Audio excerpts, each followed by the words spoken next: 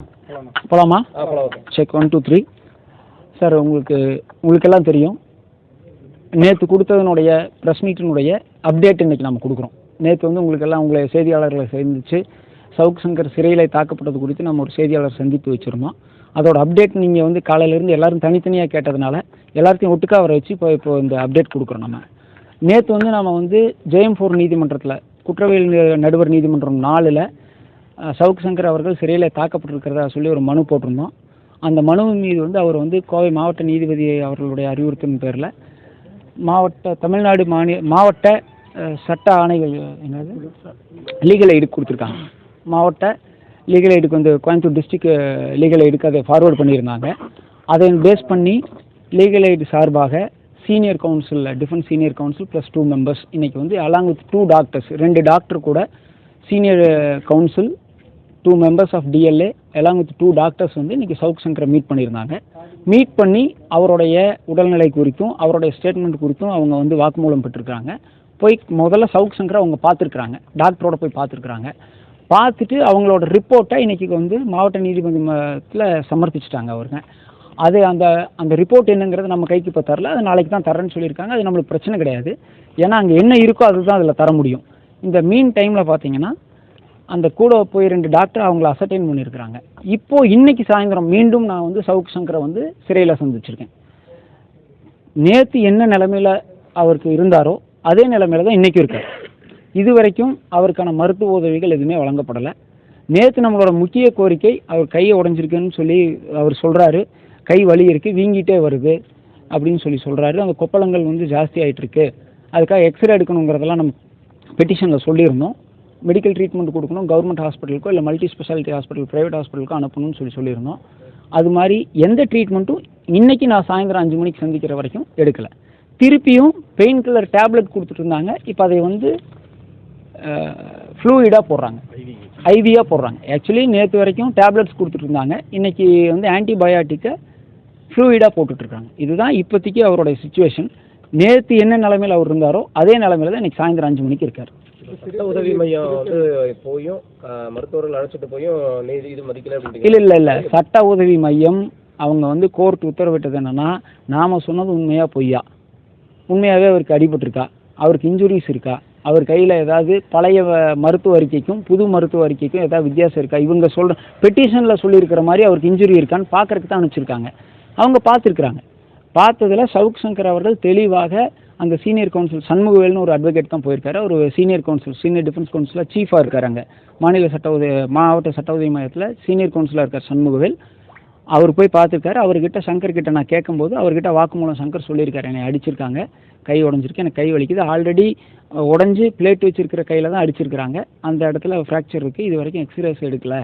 ஆனால் சவுக் சங்கரை ட்ரீட்மெண்ட் பண்ணக்கூடிய டாக்டர் அவருடைய ப்ரிஸ்கிரிப்ஷனில் அங்கே ஜெயிலுக்குள்ளேயே அவரை ட்ரீட்மெண்ட் பண்ணுறாங்க, அந்த ட்ரீட்மெண்ட்லேயே ஃபர்தர் ஆக்ஷன் நீடட் அப்படின்னு எழுதியிருக்காங்கன்னு சொல்லி சவுக் சங்கர் தெளிவாக சொல்லியிருக்காரு. அது அந்த மருத்துவ குறிப்புலேயும் இருக்குது. சிறைத்துறை வந்து யாரும் ஓகே, இப்போ இது வந்து ஒரு முக்கியமான குற்றச்சாட்டு. இப்போ நாம் வந்து அடிபட்டுச்சு, மனித உரிமைகள் மீறப்பட்டிருக்கு, திருப்பியும் நம்ம அதுதான் சொல்கிறோம். சவுக் சங்கர் செய்தது சரியா தவறா அப்படிங்கிறதுக்குள்ளேயே நம்ம போகல. அது வந்து நீதிமன்றத்தில் முடிவு செய்யட்டும். நம்ம நேற்றே தெளிவாக சொல்லிட்டோம், எந்த ஒரு குற்றவாளியும் நீதிமன்றத்தால் தண்டிக்கப்பட்டால் அவர் தண்டிக்கப்படத்தான் வேண்டும். இப்போ நம்மளுடைய குற்றச்சாட்டு, அவரை சிறையில் வைத்து தாக்கியிருக்கிறார்கள், அதற்கு வந்து மேற்கொண்டு எந்த விதமான மருத்துவ உதவியும் செய்யவில்லை அப்படின்னு தான் நீதிமன்றத்தை அணுகணும். நீதிமன்றத்திலேருந்து இன்றைக்கி DLAல போய் பார்த்துட்டு வந்ததுக்கப்புறம் சிறைத்துறை வந்து இப்படி ஒரு அறிக்கை கொடுத்துருக்காங்கிறது எனக்கு ஆச்சரியமாக இருக்குது. ஏன்னா சிறைத்துறைக்கு இன்றைக்கி DLAலேருந்து போனது, டிஸ்ட்ரிக்ட் லீகல் எய்ட்லேருந்து போயிருக்காங்க, டாக்டர்ஸ் போய் அவங்கள பார்த்துருக்காங்க, அவங்க இன்றைக்கி ஒரு ரிப்போர்ட் ஃபைல் பண்ணியிருக்காங்க. அந்த ரிப்போர்ட் வந்து அதாவது ஸ்டேட் டிஸ்ட்ரிக்ட் லீகல் எய்டுக்கு வந்து ஃபார்வேர்ட் ஆகிருக்கு.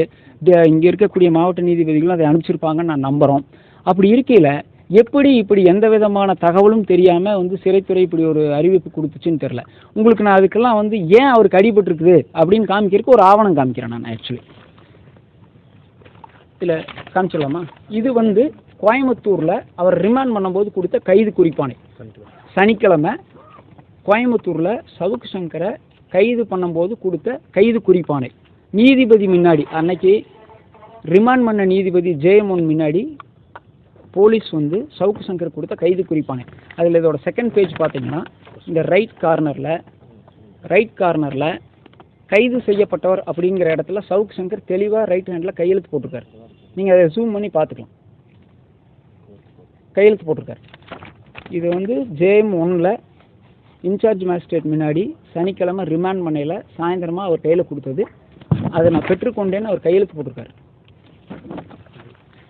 இன்னைக்கு தேனி வழக்கில் அவரை ஃபார்மல் அரெஸ்ட் பண்ணுறாங்க. சிறைத்துறையில் தேனியிலிருந்து இன்ஸ்பெக்டர் மிஸ்டர் உதயகுமாருங்கிறவர் வந்து சிறையில் சென்று தேனியிலே பதிவு செய்யப்பட்டிருக்கக்கூடிய வழக்கில் அவர் கைது செய்யப்பட்டிருக்கார். அந்த கைது குறிப்பானை சவுக் சங்கருக்கு வழங்கப்பட்டிருக்கு. அதில் பார்த்தீங்கன்னா இன்றைக்கி தேதி காலையில் 7/5/2024 இன்றைக்கி தான் கொடுத்துருக்காங்க. அதில் நேரம் போடல, அதில் இங்கே போட்டிருக்கேன் காலை 7:35. இங்கே பார்த்தீங்கன்னா இன்னைக்கு காலையில் 7:35க்கு DLA அதிகாரிகள் போகிறதுக்கு முன்னாடியே காலை 7:35 மணிக்கு தேனி இன்ஸ்பெக்டர் ஜெயிலில் கோயம்புத்தூர் மத்திய சிறையில் போய் தேனி வழக்கில் சவுக்கு சங்கர் கைது செய்யப்பட்டதாக கைது குறிப்பானை கொடுத்துருக்காங்க. அதில் பார்த்தீங்கன்னா கைது செய்யப்பட்டவர் கையெழுத்துன்னு இருக்கிற இடத்துல லெஃப்ட் தம்ப் வச்சுருக்கார். கைரேகை தான் வச்சுருக்கார். லெஃப்ட் ஹேண்டோட கைரேகை வச்சுருக்கார். சனிக்கிழமை நீதிபதி முன்னாடி கையெழுத்து போட முடிஞ்ச சவுக் சங்கர்னால சிறை அதிகாரிகள் முன்னாடி கையெழுத்து போடாமல் இருக்க முடியுமா? கையெழுத்து போடலைன்னா விட்டுருவாங்களா? ஏன் வந்து லெஃப்ட் ஹேண்ட் தம்ப் வைக்கிறார்? அப்போனா என்ன அர்த்தம்? வலது கை செயல்பட முடியல, அது அடிக்கப்பட்டிருக்கு. இதுவரைக்கும் எக்ஸ்ரே எடுத்திருந்தால் கண்டிப்பாக அது வந்து ஃப்ராக்சர்னு நிரூபணமாயிருக்கும். அதனால் இப்போ வரைக்கும் நம்ம சாயந்தரம் சந்திக்கிற வரைக்கும் எக்ஸ்ரே எடுக்கலை. கை கரெக்டாக இருந்திருந்தா நீதிபதி முன்னாடி கையெழுத்து போட முடிஞ்சவர்னால சிறைத்துறைக்குள்ளே எப்படி வந்து லெஃப்ட் ஹேண்டில் ரேகை வைக்க முடியும்? அப்போது சிறைக்குள்ளேயே அத்தனை போலீஸ் அதிகாரிகள் இருந்தும் அவரால் கையெழுத்து போட முடியலன்னா கை வேலை செய்யலிருந்தான்னு அர்த்தம், ரைட் ஹேண்டு. இதை விட என்ன ஆவணம் இந்த சிறைத்துறைக்கு தேவை? நம்பர் 1. நம்பர் 2, போலீஸ் கஸ்டடி கேட்ட பெட்டிஷன் இன்னைக்கு இது எடுத்துட்டிங்களா? இன்னைக்கு வந்து போலீஸ் கஸ்டடி கேட்ட பெட்டிஷன் வந்து இன்னைக்கு வழக்குக்கு வாய்தாக்கு போட்டிருந்தாங்க. போலீஸ் கஸ்டடி பெட்டிஷன் சொல்லி சொன்னால் என்னென்னா, போலீஸ்க்கு ஒரு கைதியை கஸ்டடி எடுக்கிறதுக்கு முன்னாடி நீதிபதி முன்னாடி ஆஜர்படுத்தி அந்த கைதிக்கு போலீஸ் கஸ்டடிக்கு போகிறதுக்கு உங்களுக்கு சம்மந்தமா அப்படின்னு நீதிபதி கேட்கணும். அதற்காகத்தான் இந்த வழக்கு இன்றைக்கி பட்டியலிடப்பட்டிருந்துச்சு. அதோட CMP நம்பர் வந்துட்டு 16070 ஆஃப் 2014. அதில் என்ன ஆர்டர் போட்டிருந்தாங்கன்னா, address the letter to central prison Coimbatore to produce the accused on 7/5/2024. இன்றைக்கி ஆஜர் பண்ண சொல்லி மத்திய சிறைக்கு ஆர்டர் போட்டிருந்தாங்க. இன்றைக்கு மத்திய சிறையிலிருந்து சவுக் சங்கர் அவர்களை கோர்ட்டில் ஆஜர்படுத்தலை. என்ன காரணம்னா, அவரை வெளியே கூட்டிகிட்டு வந்தால் நீதிபதி முன்னாடி அவர் வந்து நிற்கும்போது நீதிபதி போலீஸ்க்கு கஸ்டடி கொடுக்கறதுக்கு முன்னாடி உங்களோட உடல்நிலையில் ஏதாவது பிரச்சனை இருக்கா அப்படின்னு அவர் வந்து கண்டிப்பாக பார்ப்பார். பார்க்கும்போது அவரோட கை காயங்கள் தெரியும், கை வீங்கி இருக்கிறது தெரியும், கையில் இருக்க கொப்பளங்கள் தெரியும். அதற்கான எந்த நடவடிக்கை எடுக்கலைன்னு சவுக் சங்கர் இன்றைக்கி நீதிமன்றத்தில் சொல்கிறதுக்கான வாய்ப்பு இருந்துச்சு. அதைத்தான் நாங்கள் எதிர்பார்த்தோம். அந்த வாய்ப்பு இன்றைக்கி வந்து சிறைத்துறையால் என்ன காரணத்துக்காக அவர் என்னை கூட்டிகிட்டு வரலைங்கிறது எங்களுக்கு தெரியாது. ஏன்னா அந்த பெட்டிஷன் வந்து கோர்ட்டுக்கும் சிறைத்துறைக்கும் போலீஸ்க்குமான பெட்டிஷன். இன்றைக்கி ஆஜர்படுத்தியிருந்தாங்கன்னா சவுக்கு சங்கர நீதிபதியை கேள்வி கேட்கறதுக்கான வாய்ப்பு இருந்துச்சு. அதை ஆஜர்படுத்தலை. காரணம் என்ன, அவங்க இப்போ சிறை நிர்வாகம் என்ன நம்புதுன்னா, அது சாதாரண வீக்கம், 2 நாளில் கம்மியாயிரும், 3 நாளில் கம்மியாயிரும், 3 நாளாக வந்து மெடிசன் கொடுத்துட்ருக்காங்க. பட் இன்றைக்கி வரைக்கும் கம்மியாகலை, அது கம்மியும் ஆகாது. It's pure fracture. எக்ஸ்ரே எடுத்தால் சிறை நிர்வாகம் மாட்டிக்குங்கிறதுனால இந்த நிமிஷம் இப்போ பேட்டி கொடுக்குற வரைக்கும் எக்ஸ்ரே எடுக்கலை. நாளைக்கு காலையில் இப்போ அடுத்தது நம்ம என்ன பண்ண போகிறோங்கிற கேள்விக்கு ஆல்ரெடி நம்ம பெட்டிஷன் போட்டிருந்தோம். அந்த பெட்டிஷன் அடிப்படையில் எனக்கு DLAல சீனியர் கவுன்சில் போய் பார்த்துட்டு வந்து ரிப்போர்ட் ஃபைல் பண்ணிட்டாங்க. ஸ்டேட் லீகல் எய்டுக்கும் அந்த ரிப்போர்ட் அனுப்பப்பட்டிருக்குன்னு சொல்லிட்டாங்க. நான் இன்றைக்கி மாவட்ட நீதிபதியும் பார்த்து கேட்டிருந்தோம். அனுப்பிச்சிட்டோம் சார், நீங்கள் கோர்ட்டில் பார்த்துக்கோங்கன்னு சொல்லியிருந்தாங்க. நாளைக்கு கோர்ட்டில் தாக்கல் செய்து அந்த ரிப்போர்ட் அடிப்படையில் அந்த ரிப்போர்ட் எங்களுக்கு காமிக்கணும்னு கேட்க போகிறோம். சட்டப்படி CRPC 54 சப்கிளாஸ் 2 படி எங்களுக்கு அதில் ஒரு காப்பி கொடுக்கணும். அந்த காப்பி கேட்க போகிறோம். அந்த காப்பின் அடிப்படையில், அந்த ரிப்போர்ட்டின் அடிப்படையில் அவரை ஹாஸ்பிட்டல் அட்மிட் பண்ணி ஃபர்தர் ட்ரீட்மெண்ட் கொடுக்கணும்னு கேட்க போகிறோம். இதுதான் இன்னையோட சூழ்நிலை. நேற்று இருந்தது என்ன சூழ்நிலையோ அதே சூழ்நிலை தான் இந்த இரவு வரைக்கும். நம்ம இப்போ போராடுறது என்னென்னா, தவறு செய்த அடித்த சிறை காவலர்கள் மேல் நடவடிக்கை எடுக்க சொல்லிலாம் நம்ம இவ்வளோ போராடலை. இன்றைக்கி நம்ம போராடுறது ரொம்ப துரதிர்ஷ்டவசமான நிலைமை என்னென்னா, மருத்துவ உதவி கேட்டு தான் போராடுறோம். ஒரு எக்ஸ்ரே எடுங்க, ஃப்ராக்சர் இல்லைன்னா உங்களுக்கு நல்லது தானே. சிறைத்துறைக்கு ஒரு எக்ஸ்ரே எடுத்தாச்சுன்னா ஃப்ராக்சர் இல்லைன்னா கை அடிபடலை அப்படின்னு சொல்லிட்டு போயிடலாம். இது ஃப்ராக்சருக்கு எக்ஸ்ரே எடுங்கன்னு கேட்குறோம், எடுக்க மாட்டேங்கிறாங்க. உண்மையாகவே சிறைத்துறை வந்து அவரை அடிக்கலை, காயம் இல்லைன்னு சொல்லி சொன்னால் தாராளமாக அவரை இன்னைக்கு நீதிமன்றத்துக்கு கூட்டிகிட்டு வந்திருக்கலாம். தாராளமாக அவர்கள் வந்து அரசு மருத்துவமனையிலேயே ஸ்கேன், எக்ஸ்ரே இந்த மாதிரி ரிப்போர்ட் எடுத்து பப்ளிக்கில் சொல்லியிருக்கலாம். இன்றைக்கி போன டிஎல்ஏ மெம்பர்ஸ் கிட்ட அதை சப்மிட் பண்ணியிருக்கலாம். அந்த மாதிரிலாம் எதுவுமே நடக்கலை. இன்னமும் எனக்கு தெரிந்த வரைக்கும், அதாவது வழக்கறிஞராக எனக்கு தெரிந்த வரைக்கும் அஃபீஷியலாக எனக்கு காப்பி கையில் கிடைக்கலையே தவிர எனக்கு அந்த ரெக்கார்டில் என்ன இருக்குங்கிறத என்னால் யூகிக்க முடியுது. ஏன்னா நம்ம அவங்க கூட கலந்து பேசியிருக்கிறோம், சவுக் சங்கரை மீட் பண்ணி பேசியிருக்கிறோம். அதனால் கண்டிப்பாக அந்த ரிப்போர்ட் வந்து சிறைத்துறைக்கு எதிராகத்தான் இருக்க முடியும். அது நாளைக்கு நம்ம கோர்ட்டில் வாங்குகிறோம். ஏன்னா ஆல்ரெடி அனுப்பிச்சாச்சு, அதெல்லாம் மாற்ற முடியாது. அவங்க மாநில ஸ்டேட் லீகல் எய்டுக்கு அனுப்பிச்சிட்டாங்க. அந்த சீனியர் கவுன்சிலர் ரெக்கார்டு பண்ணியிருப்பார், டிஜே கிட்டேயும் ரெக்கார்ட்ஸ் இருக்குது. அதனால் அதெல்லாம் மாற்றுறதுக்கு வாய்ப்பு இல்லை. கண்டிப்பாக காப்பீஸ் எடுப்போம். நாம் இப்போ வந்து மறுபடியும் இந்த மீடியா கிட்ட நம்ம கேட்டுக்கிறது என்னென்னா, இது சவுக் சங்கருக்காக அல்ல. திருப்பியும் அதான் சொல்கிறோம், சவுக் சங்கருக்கு இப்படி ஒரு அசம்பாவிதம் நடந்திருக்கு, ஒரு அராஜகம் நடந்திருக்கு, இத்தனை பேர் நம்ம மீடியாவில் நிற்கிறோம். சாதாரண நடந்தவங்களுக்கு இது மாதிரி நடக்காது. என் ஃபோன் கொடுப்பேன், நடக்காது. சவுக் சங்கருக்கே நம்ம வந்து ஒரு வீடியோ வந்து ஒரு ட்ரீட்மெண்ட் கொடுக்க வைக்க முடியல. நான் ஒரு சின்ன உதாரணம் மட்டும் சொல்லி முடிச்சுக்கிறேன் இந்த பேட்டியை. நான் ரொம்ப தூரம் எடுத்துக்கிறக்க விரும்பல. நான் இது வந்து புதிது கிடையாது. போலீஸ்க்கு நான் சொல்லியிருக்கேன், லாக்அப் டெத் நடந்துச்சு, அதெல்லாமே சொல்லியிருக்கேன். என்னோட கிளைண்ட்டுக்கே 19 வயசு பையனுக்கு இது வந்து உங்களுக்கு நான் காமிக்க முடியும் என்னால். 19 வயசு பையனை மேட்டுப்பாளையம் காவல் நிலையத்தில் அடித்து எவ்வளவு துன்புறுத்தியிருக்காங்கிறதுக்கு இதெல்லாம் வந்து ஒரு ஆதாரம். இதை வந்து ரிமாண்டே ரிஜெக்ட் பண்ணியிருக்காரு. மேட்டுப்பாளையத்தினோட நடுவராக இருந்தவர் ஒரு 6-7 மாதத்துக்கு முன்னாடி இவ்வளோ பெரிய ப்ரூட்டல் சின்ன பையன் மேலே நடந்துச்சு. இது எங்களால் வந்து மேட்டுப்பாளையம் ஜட்ஜு ரிமாண்டையே ரெஃப்யூஸ் பண்ணி இந்த பையனை அரெஸ்ட் பண்ணி போலியான வழக்கில் அரெஸ்ட் பண்ணி அடித்து கூட்டிகிட்டு போகிறாங்க. அவர் ரிமாண்ட் பண்ணலை. ஆனால் ரிமாண்ட் ரெஃப்யூஸ் பண்ணிவிட்டு டாக்டர் மேலெல்லாம் நடவடிக்கை எடுக்க சொல்லி எழுதியிருக்காரு. ஆனால் எங்களால் இதை ஃபர்தராக ப்ரொசீட் பண்ண முடியல. காரணம் என்னென்னா, அந்த ஒரு தாழ்த்தப்பட்ட சாதியை சார்ந்தவர் அந்த பையன். அவங்கள மிரட்டிட்டாங்க அன்றைக்கே, நீங்கள் வந்து இதுக்கு மேலே வந்து போனீங்கன்னா உங்கள் குடும்பத்து மேலே பொய் வழக்கு போடுவோம். இப்படி நிறைய டெய்லியும் தினம் போலீஸ்னால் தாக்குதல் நடத்தப்பட்டு தான் இருக்குது. அது மனித உரிமை மீறல் நடந்துட்டு தான் இருக்குது. அதை தடுத்து நிறுத்துறதுக்காக தான் நம்ம இப்போ போராடணும். சவுக் சங்கர் நிரபராதின்னு நிரூபிக்கிறதுக்காக நம்ம இங்கே போராடலை. கண்ணுக்கு தெரியாமல் இன்றைக்கும் இந்த நிமிஷமும் போலீஸ் வந்து யாரோ ஒருத்தரை அட்டாக் பண்ணிட்டு தான் இருக்காங்க. It's becoming a police state. நம்ம எல்லா போலீஸ் அதிகாரிகளையும் சொல்ல வரல. ஒரு சில குறுகிய மனப்பான்மையுடையவர்கள், அவங்களுடைய ஸ்ட்ரெஸ், மனநிலை பாதிக்கப்பட்டவர்கள் அது இதில் ஈடுபடுறாங்க.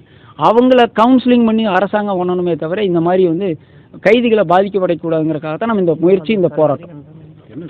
இன்னொரு முக்கியமான விஷயம், நேற்று சொன்ன மாதிரியே திருப்பியும் மனநலம் பாதிக்கப்பட்டவர்களுடைய வார்டில் தனி ரூமில் தான் அவர் அடைச்சி வச்சுருக்காங்க. ஏன் அப்படின்னு கேட்டிங்கன்னா, பொது வார்டில் அடைச்சா அவர்னால வந்து மற்ற கைதிகளாவது உதவி செய்யலாம், கை வேலை செய்யாதனால. மற்ற கைதிகள் இவருக்கு உதவி செய்கிறாங்க, தண்ணி எடுத்து கொடுக்குறாங்க, பிளேட் கழுவி தர்றாங்க, சாப்பாடு ஊட்டி விட்றாங்கங்கிறதுனால அந்த உதவியும் கூட இவருக்கு கிடைக்கக்கூடாதுங்கிறதுக்காக மீண்டும் அவரை மனநிலை பாதிக்கப்பட்ட வார்டெல்லாம் அடைச்சி வச்சுருக்காங்க. இன்னும் தனி ரூமில் தான் அடைச்சி வச்சுருக்காங்க. அது வந்து சட்டவிரோதம். எஸ்பி மேலே தனிப்பட்ட முறையில் பெட்டிஷன் போடுறீங்களா, ஓவராலாக?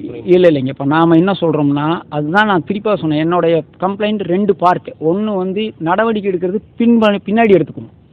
முதல்ல நம்ம வந்து மருத்துவ உதவி, மருத்துவத்தில் அவருக்கு கை அடிபட்டிருக்குதுன்னு வந்தாச்சுனாலே ஆட்டோமேட்டிக்காக அதற்கு பொறுப்பு ஜெயில் சூப்பரண்டும் ஜெயில் அதிகாரிகள் தான். நம்மளுக்கு அது முதல் அதை நிரூபிக்கக்கூடாதுன்னு அவங்க விரும்புகிறாங்க. அதிகாரிகள் மேலே நடவடிக்கை எடுக்கக்கூடாதுங்கிறதுக்காக தான் அவர் வந்து ஒரு எக்ஸ்ரே எடுக்கிறது எவ்வளோ நேரம் ஆகும்? 10 நிமிஷம் வேலை. அதை எடுக்காமல் வச்சுருக்கிறதுக்காக காரணம் உண்மைத்தன்மை வெளியே தெரிஞ்சிடும். ஸ்கேன் எடுக்கிறது உண்மைத்தன்மை வெளியே வந்துடும். இப்போது இன்னொரு பிரச்சனை இருக்குது. அவர் அடித்ததில் கொப்பளங்கள் வந்துருச்சுன்னு சொல்லியிருந்தோம். ஆல்ரெடி இவர் டயாபெட்டிக் பேஷண்ட், 240 இருக்குது சுகரு. இந்த சுகரில் அந்த கொப்பளங்கள் அடிச்சிருச்சுன்னா, இன்ஃபெக்ஷன் ஆயிடுச்சுன்னா கை வந்து அழுகி போயிடும். கண்டிப்பாக கை எடுக்க வேண்டிய சுச்சுவேஷனுக்கு கூட போகலாம். அதற்கு வந்து அப்படி ஏதாவது ஆச்சுன்னு சொன்னால் முழுமையாக இந்த சிறை நிர்வாகமும் காவல்துறை அதிகாரிகளும் தான் பொறுப்பு. மேடம், நம்ம அதுதான் இப்போ திருப்பியும் சொல்கிறோம். நாம் கண்டிப்பாக மாநில மனித உரிமைகள் ஆணையத்துக்கும் போகணும், மத்திய மனித உரிமை ஆணையத்துக்கும் போகணும். அதுக்கு முன்னாடி முக்கியம், பாதிக்கப்பட்ட மனித உரிமை மீறப்பட்ட ஒரு நபருக்கு வைத்தியம் கொடுக்கணும். நம்ம வந்து ஒருத்தரை வந்து கம்ப்ளைண்ட் பண்ணுறது, அவங்க மேலே நடவடிக்கை எடுக்கிறதுல 2ஆம் பட்சம். முதல்ல பாதிக்கப்பட்ட நபருக்கு மருத்துவ உதவி கொடுக்கணும். இப்போ நாம் போராடுறதே மருத்துவ உதவிக்கு தான் போராடுறோம். இது சவுக் சங்கருங்கிறத மறந்துடுறோம். ஒரு மனிதன் ஒரு கைதி சிறையில் அடிக்கப்பட்டிருக்கார்.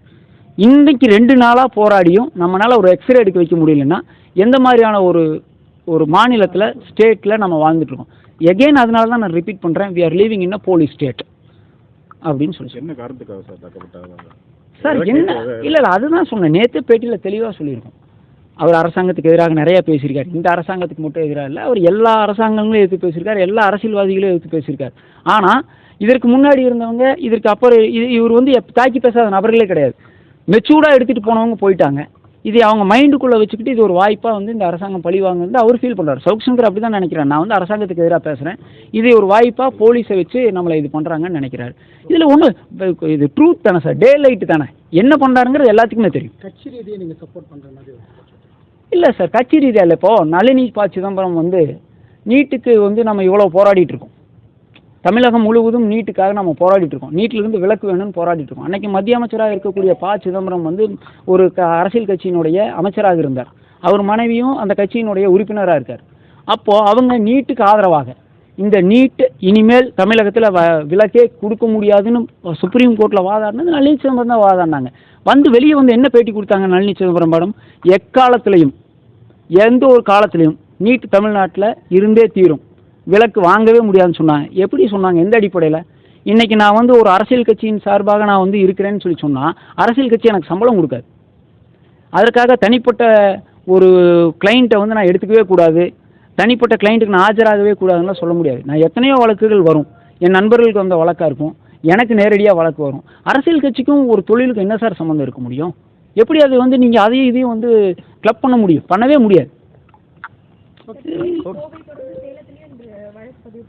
நிறையா பண்ணுவாங்கன்னு எதிர்பார்க்குறோம். என்ன வேணாலும் பண்ணுங்கள், மருத்துவ உதவி கொடுத்துட்டு பண்ணினீங்கன்னா தான் அவர் உயிரோடு இருப்பார், அப்போ தான் உங்களால் நிறையா பழி வாங்க முடியும்னு காவல்துறைக்கு சொல்லி. இப்போ சென்னையில் அவங்களுடைய மனைவி வந்து ஆட்கொணர்வு மனு தாக்கல் பண்ணியிருக்கிறாங்க. இல்லை, அந்த விஷயங்கள் வந்து எனக்கு இது வரைக்கும் தகவல் இல்லை. அப்படி வந்துச்சுன்னா அது அவங்க நடவடிக்கை. நாம் இப்போ முழுமையாக போராடுறது, நான் அதுதான் திருப்பியும் சொல்கிறேன், வழக்கில் இருந்து அவரை விடுதலை பண்ண சொல்லியோ அவர் நிரபராதின்னு சொல்லியோ நம்ம போராடிட்டு இருக்கல. நம்மளுடைய போராட்டம் மனித உரிமை மீறல், போலீஸாருடைய அராஜகம் ஜெயிலுக்குள்ள.